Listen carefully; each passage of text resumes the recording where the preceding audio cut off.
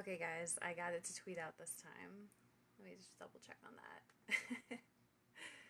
Yep. Alright, we are rolling. Okay. So I have to agree, I was reading something about Periscope today, and it basically said there's hi, how's it going? Hi, Samuel. It was interesting because it said there are a lot of technical issues with this, and I think this is probably one of the technical issues, in my opinion, is that this right now, if you're viewing this online, it's probably showing up sideways, even though, and I don't know, I just think landscape's such a better way to record. So I guess this might be showing up correctly now. Um, okay, so let me switch over. Yep. All right, cool. So double tap to flip the camera. All right. Hey guys, how's it going? So the topic for today, what role does luck play in becoming a full-time author? And I'd love to know what your thoughts are on it. So if you're just joining, you can do a comment or whatever, just to say like, yes, you think it plays a role, or no, you don't, or depends on the situation. I definitely love to hear what you guys think. So I guess I'll just go straight into what I think. My opinion is that it plays a role in a couple things, but that it doesn't really determine whether you end up becoming a full-time author or not. I just don't think it's one of the main factors. Okay, so Yesenia, and let me know if I'm not pronouncing that right. I think that's how you pronounce it. A little bit, but I think it's mostly hard work. You create your own luck sometimes. Yeah, I mean, I definitely agree with that mindset as well. However, I know a lot of authors who think that becoming an author is almost like a lottery, and it's like you work really hard and you just hope that you get your ticket, and you hope that your ticket's a winner, and you just shoot to the bestseller list. Um, and I don't know. I mean, I guess my thought is that either way, even if there is some luck involved, it seems like it's better to think of it as if there isn't a ton of luck involved, because then it's like, okay, I do a lot of hard work and end up I will end up getting to where I want to be eventually. So that's how I think of it. And I do think there's luck involved in certain elements of it. So for example, I was on Bookbub today, and for those of you who know Bookbub, you probably know that that they're really tough to get into. It's like and for those of you who don't know Bookbub, it's an email service that you submit your book, and you actually pay advertising money so that they can send it out to their list. But their list is incredibly responsive, so they'll go to all the different sites and either download or purchase your book. So you can get lots and lots of people going and purchasing your book in a very short amount of time, which is fantastic. But they only accept, I think it's like 20% of books total. So there are some things you can do to increase your chances, but a lot of the time it's just like we don't like most people don't really know what it is that causes BookBub to select you or your book specifically for their promotions. So the thing I wanted to talk about on this Periscope was just to talk about the things that I think do matter a bit more than luck. And I came up with three things. Like, if I had to narrow it down to three things, these would be the three things that I think are the most important. The first one is just to be consistent, and that stretches to everything. And for me, I would say that I'm not quite as consistent as I want to be, but I keep trying to get better. So it's okay if you feel like you're not consistent with certain things now. I think you can definitely improve on that over the next couple of years. So yes, and he is saying me too. Yeah. So I mean, I think you just have to improve on certain metrics. So when I talk about consistency, I mean the first thing that you should work on being consistent about is just writing on a regular basis. and trying to get either a certain number of words in, pretty much every day. If you can't do every day, maybe you do like every weekday or something similar. Or maybe you miss a couple, but you have like, you do like 4 or 5 days a week. So I think word count is really important. Either a certain number of words each day or each week or each month, or that you're tracking the amount of time that you spend. So, maybe you write for an hour in the morning and whatever you end up producing, that's your production for that day. So I think word count's really, really important. Another one I think is really important is your email list. So I definitely think if you are not doing a ton of marketing, that email is really one of the best ways to do it. And building your email list consistently, and then also, I guess there's two parts: building your email list consistently, and then also mailing to that email list consistently, because a lot of people, they do one or the other, and usually it's like they may be great at building a list, but they don't always email to it on a regular basis. I think that's incredibly important. And another one that I'm finding is release dates, or just having consistent publishing schedule. So I know for me, I had this series, and it's under a pen name, but there are 9 books in the series. They're all about 25,000 words. I started it, I guess, last March maybe, and it's just now finishing up this September. So it's like I got a little inconsistent with it, to be honest. And the first 4 books, they came out 1 month after the other. So like pretty much, many of you know about there's like a 30-day cliff on Amazon for releases. So like the first 30 days, Amazon's really pushing your new release, and then after 30 days, they stop. Like you lose that push in the algorithm. So I had like the first 4 books came out, right every single month, so one would come out, and then 28 days later the next one would come out, and then 29 days later the next one would come out, and it was always keeping within that 30-day cliff. But then something happened with my collaborator, so she couldn't keep working on it. So then like all the other books have been really slow to come out and just super inconsistent. And the series lost a ton of momentum because of it, and it kind of sucked because it was getting like 25 sales a day on iTunes, I think it was, per book, and then it like just the consistency dropped. So then I lost it. Gonna focus on what you've been saying and publish every quarter. Yeah, me too. I'm trying to publish every quarter as well. The one quarter that I'm not gonna publish in anymore is summer, because I think people are just gone. Like I haven't really, even like on my blog or on Twitter or anything, like A, I haven't been very responsive, but B, there hasn't been much response from other people. So I think summer can be kind of a dead time. That said, some people, you might want to do like one release during the summer or whatever, but I'm gonna kind of avoid that in the next year or so, and I'm trying to do all my releases from like September to April roughly, and then have just kind of a dead space, I guess, in the summer. I don't know, maybe around July 4th I would do like one book or something just to keep the algorithms happy, but otherwise I'm not going to do much. Yeah, so anyway, consistency is one thing. Another one, so the other one I was talking about a little bit already was email list building. I just think it's like the most important thing that you can do for your marketing, because you can line up all your follow-ups and just have them go out automatically. And that's a really great sales funnel for you, especially for nonfiction, but even for fiction, in my opinion. So, you can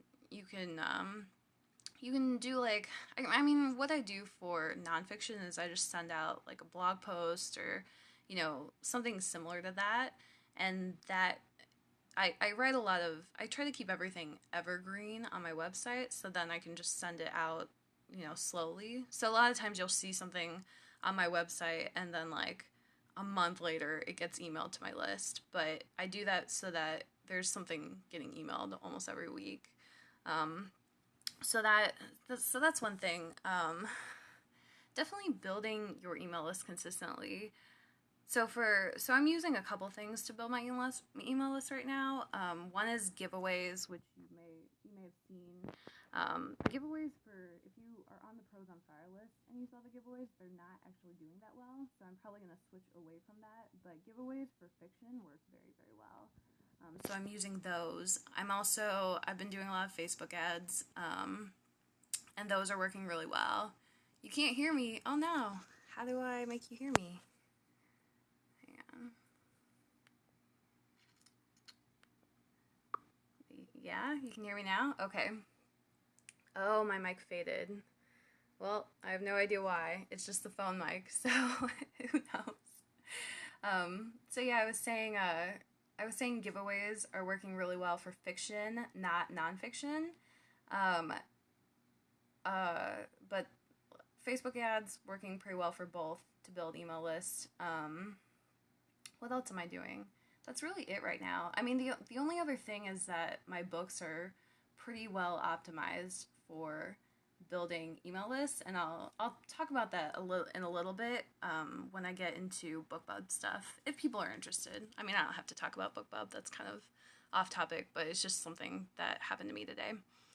And then the last one is it's really about blocks, like your mindset blocks. So what I mean by that, I'm doing a course on this in, I don't know when yet. I think starting September, but I'm not totally sure. But it's going to be called Author Blocks. And what it's about all the things that are holding you back from really just doing the things that you know you're supposed to do. So like, for example, we all know, okay, we should write consistently. Like, that's pretty easy to say. That's not actually a super helpful tip, right? But a lot of times people are looking for like, well, how do I get to write easy? How do I write every day, or how do I do that? And really, we already know. It's like you just sit down and you write. But a lot of times what's happening is there's stuff that's holding us back from doing that. So it might be procrastination, it might be fear, anxiety, fear of feedback especially. It might be like jealousy. It might be just like personal stuff that's going on in your life that's distracting. It might be like another thing that's really interesting, and I heard this from multiple people, is that they have trouble writing because they need money. So it's almost like they're writing for money, but they also know that writing's not going to pay off for a while. So there's just like this whole cycle of self-doubt almost. And that's a really interesting block. But yeah, like there's just a lot of things holding us back from doing stuff. And it's not just with writing, it's also with marketing, it's with building a business, it's with buying tools that would make your life easier. So like one example for me is that I had a huge block against Bookbub for a very long time. And even though I got a Bookbub today, it was actually one of my first times even attempting to get a Bookbub. Like I've never submitted before until just 2 weeks ago was the first time I had ever submitted, even though I have, plenty of books. And I should have probably been submitting for like the last year or two, because a lot of people have said, Bookbub works, blah, blah, blah. So I had a huge blocker against Bookbub because I was like, I don't want my book judged by them. Like, I think oh, thank you. Thanks, Eric. But I didn't want to be, I felt like I don't want to be judged by this like stranger on the other end. And I don't want to, give Bookbub a ton of power. Like I had this block against giving Bookbub all this power over, my marketing. And that was a block that held me back for a really long time with marketing, even though it's like kind of ridiculous. Another thing was that I was like, oh, it's going to take me so long to submit to Bookbub, and like, they're probably just going to reject me anyway. So you can probably hear like all of these things are blocks. So I think to become a full-time author, you've got to do everything you can to clear those blocks out of the way. And like that starts with identifying, what is the block, because a lot of times we don't even realize that we have a block. It's only when talking to other people, in many cases, where you realize, okay, I have a block on that, or like they have a block that I used to have.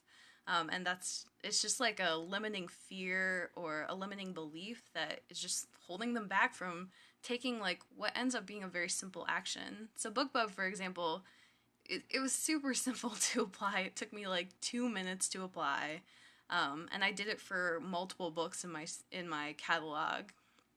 And then another thing, they were super nice. Like, people at Bookbub are great. They're really, really nice people.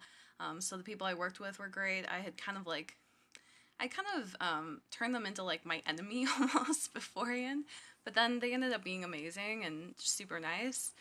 And yeah, like, I had a lot of blocks, and instead I just went for it, and it turned out really great. So I guess that's actually a good transition. So just as a recap for this, the topic, if you're just joining us, was what role does luck play in becoming a full-time author? My opinion is that it doesn't play a huge role. That even if it did play a huge role, we're better off thinking that it doesn't, because then we work harder. Otherwise, we're kind of waiting on something, even though you don't really need to. And it really can just be about your own work.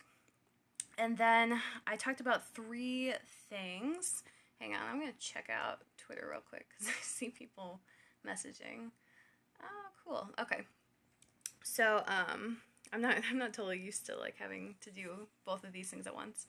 So then I talked about just the 3 things I think you do need to become a full-time author, and those 3 things: consistency in everything you do, and we talked about, consistency in writing, consistency in your book releases, consistency in your marketing. I talked about email list building, because personally, I tell myself it's a matter of putting in the work, and eventually I will make a living. Yeah, I mean, I totally agree. I definitely think there's a playbook, and I've learned this more and more as just being part of some of the author groups I'm in, because a lot of them are full-time authors, and a lot of them are actually like super successful. Like, you would know their names if I said them, but listening to that type of person, they really are following a playbook, and a lot of it is like building your email list, having your regular releases, great covers. You hear that one all the time, and it's true. Like, everybody in these groups, they have great covers. So yeah, it's really a lot of the same stuff. And if you listen to the podcast and everything, like, you get that playbook, and you get, these are the things I'm supposed to do. And a lot of us think, well, yeah, I'm supposed to do that. Like, why haven't I done it? I've just been too busy. I've been this, like, this is too hard. This isn't for me. Like, this isn't going to work for me. This isn't going to work for my series. This isn't the way I want to run my business, blah, blah, blah. Like, we have all these excuses, but at the end of the day, it's just a playbook. And if you implement the playbook, and if you implement it quickly, you can see a lot of success very quickly. And then the third thing is that you have to overcome your blocks, because a lot of the reason that you're not implementing your playbook, or implementing this playbook that like, we all kind of know and we hear by listening to podcasts or listening to success stories, the reason we're not implementing it is just because we have these limiting beliefs and these blocks that we really need to clear. So, okay, so now I can transition a bit into Bookbub, since I teased that on Twitter. So, the deal with Bookbub is today I had a Bookbub, and it was for Write Better Faster. So there were a couple questions I had on Bookbub, and I'll just read them. They weren't through this, they were through other mediums. So the first one was, how did you get a Bookbub? Basically what I did is I made a list of all the books in my catalog that I thought would meet their requirements, or that were close to meeting their requirements. because I didn't really know how strict the requirements were.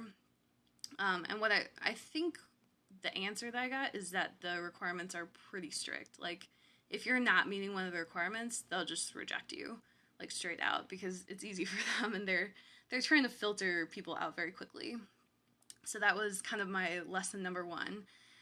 So then the next thing I did is I took all the ones that I thought would meet the requirements. I just did them all at once.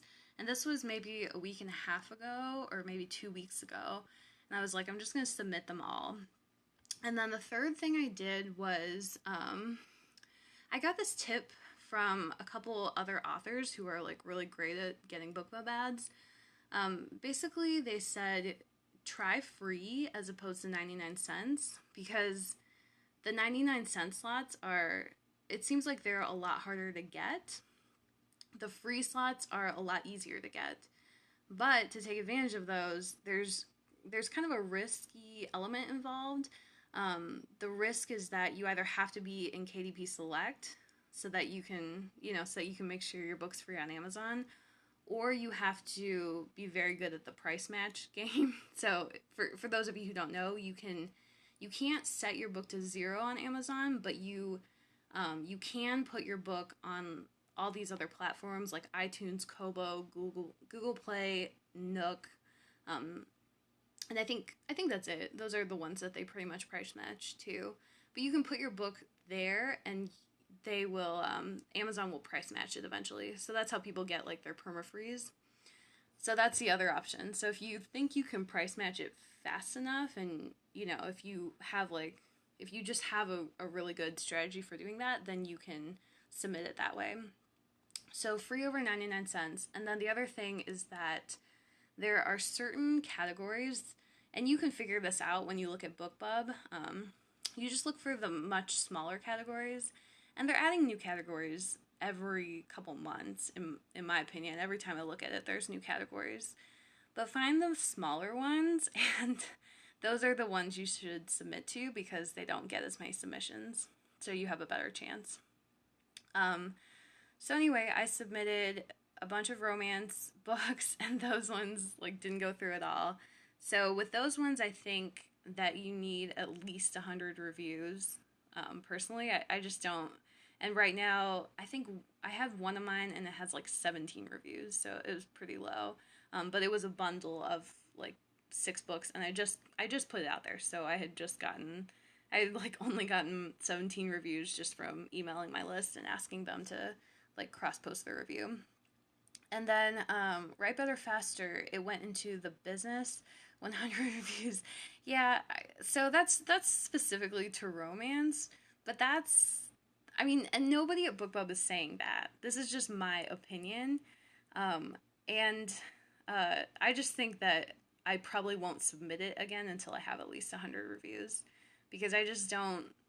When you look at the books that they're selecting, they are picking ones that are that have either, they have 400 reviews on Goodreads, or some of them are even in the thousands on Goodreads, or 500 reviews on Amazon. 4 and 5 star reviews is what they say in their copy.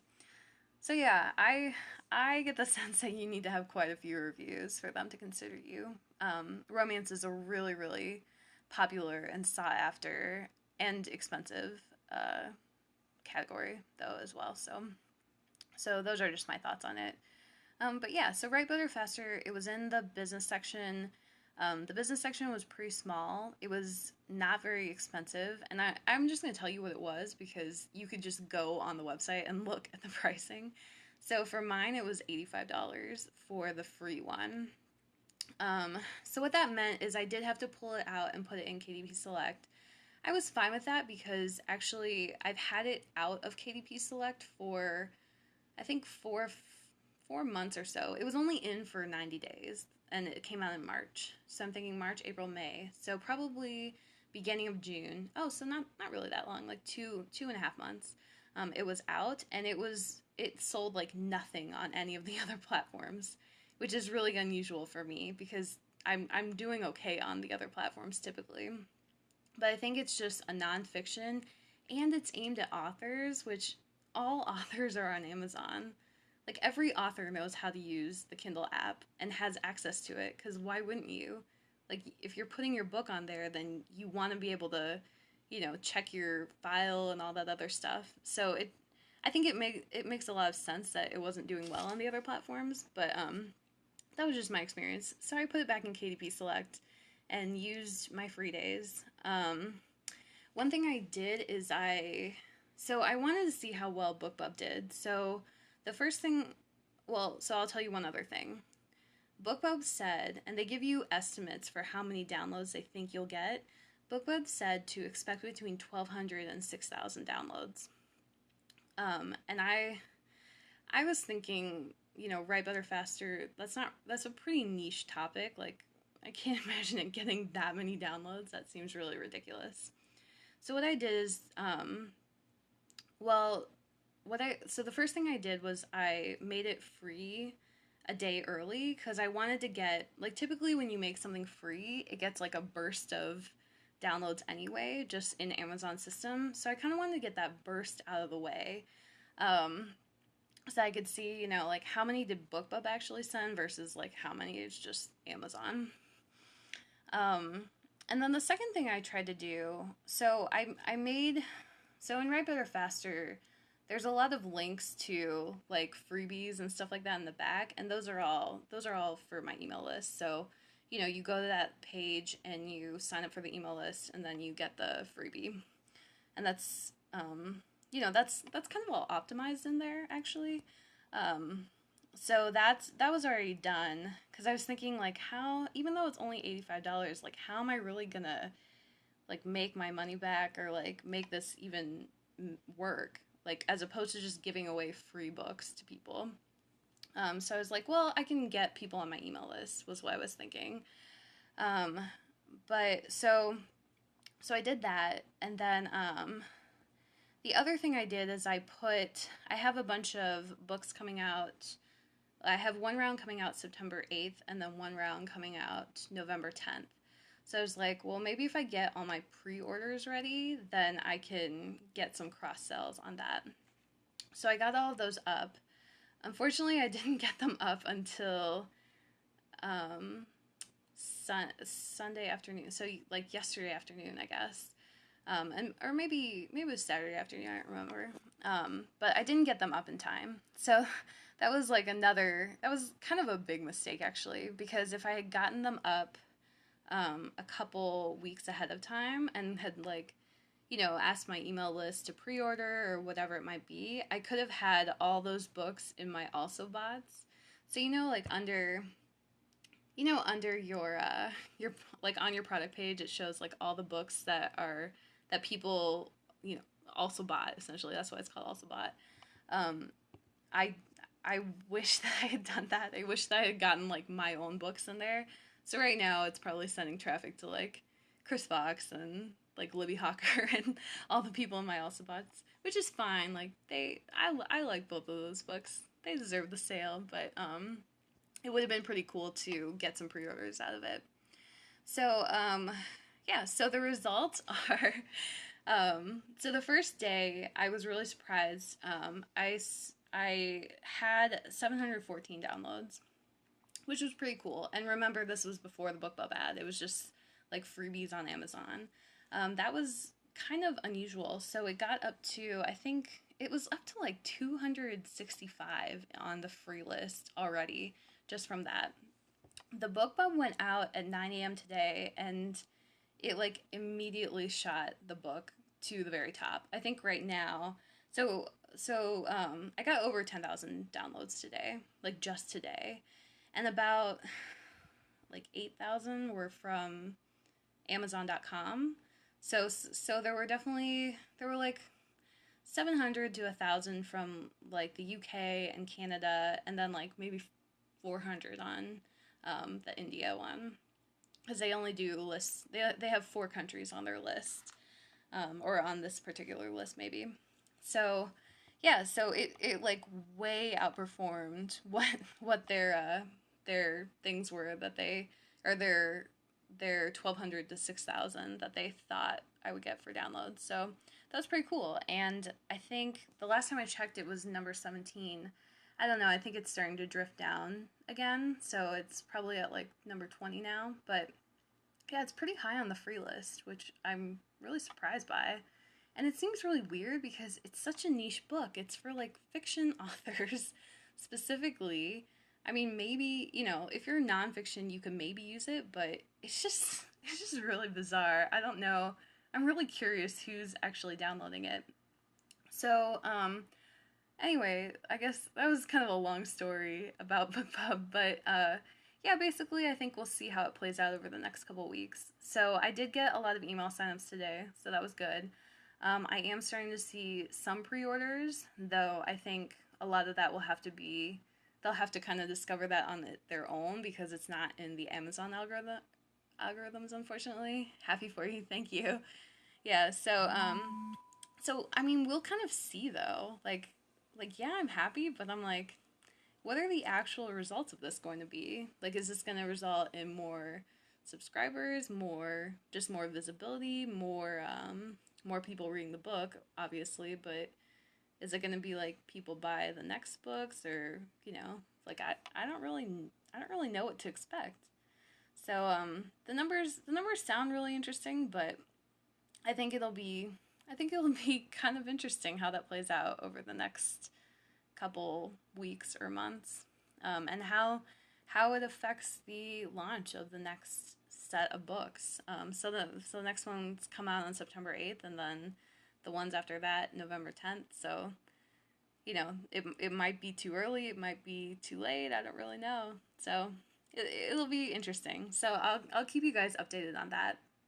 So I know that I've been on this Periscope forever.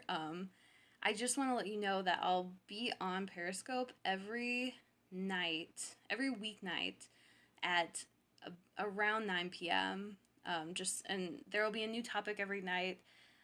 Definitely come by and check it out again. And if you can't make it live, you can always watch it afterwards. So I'm going to make sure that it tweets out every time. So just check my Twitter stream. It's twitter.com. My name is Monica Leonell on there. So MonicaleOnelle. So check it out there, and you can just watch the replay, I guess. Your book is number 20 in free, and number 1 in writing skills, and number 1 in creativity. Congrats. Thank you. Thanks. Yeah, so it's kind of been up and down. It's gonna stay free for at least a little bit tomorrow. I'll probably cut it off at like maybe 2 p.m. or so. So if you want to grab it, definitely still do that. And enjoy it, I guess. Because, you know, it's kind of cool. It's fun to give it away. It's interesting. I haven't given it away at all so far. So, and I probably won't do it again because I don't want people to think, oh, I can just get it for free later or anything. You know, I think it's important to maintain your price and not have too many sales or too many discounts. So yeah, but yeah, if you're watching this after the fact and it's not free anymore, you know, you can always read it on Kindle Unlimited. A lot of authors have that. And just as far as results, I've seen like a really, really small uptick in Kindle Unlimited. I don't know what they're called, like KENP. So I don't know what Ken is, but I'm assuming the P is pages. So I've seen a small uptick in that, but not a ton.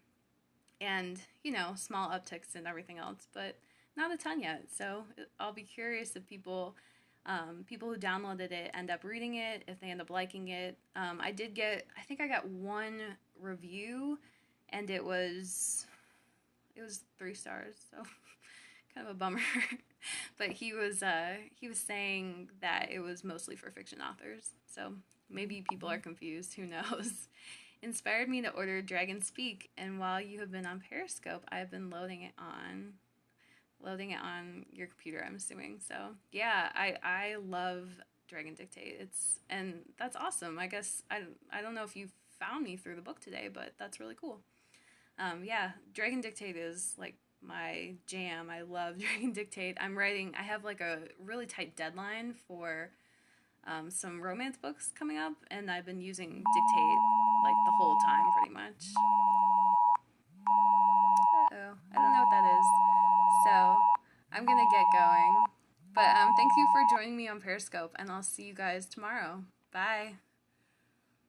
I'm going to go review your book now. Thank you, Sam. Thank you. That'd be awesome. All right.